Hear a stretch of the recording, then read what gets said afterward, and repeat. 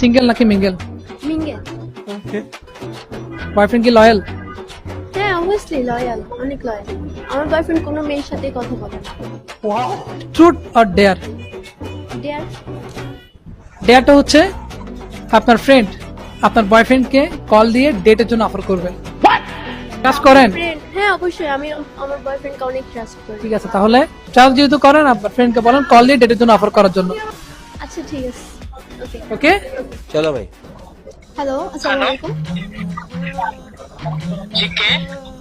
ভাইয়া আমি তমা বলতেছি, তাফসির ফ্রেন্ড। ও আচ্ছা, হ্যাঁ বলো না, কেমন আছো? এই তো ভালো, আপনি কেমন আছেন? আলহামদুলিল্লাহ। ভাইয়া আপনাকে একটা কথা বলার ছিল আসলে। সো আমি তো আপনাকে ওর সাথে অনেকবার দেখছি। সো একটা কথা বলতে চাই আপনাকে। হ্যাঁ বলো না, কি বলবো? ভাইয়া আমি আপনাকে আসলে লাইক করি। I like you. তাসফি জানে? না, তাপসি কেমনে জানবে? ও তো আমার ফ্রেন্ড। সো ও কিছু জানে না। আপনাকে আমার ভালো লাগে, দ্যাটস ওয়াই আমি ভাবলাম যে বলেই দিই, অনেকদিন ধরে তো ভালো লাগে। এখন কি করা যায়? চলেন আমরা মিট করি।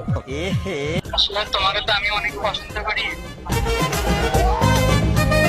কালকে ফ্রি আছেন? ডেট করতে পারবেন?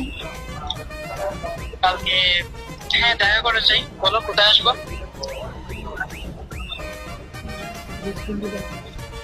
কোনো রেস্টুরেন্টে যাই আমরা, চকবাজার।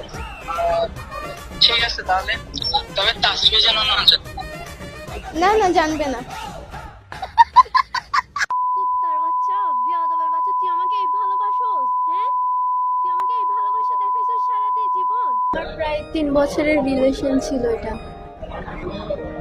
আমি ভাবতে পারিনি এরকম হবে।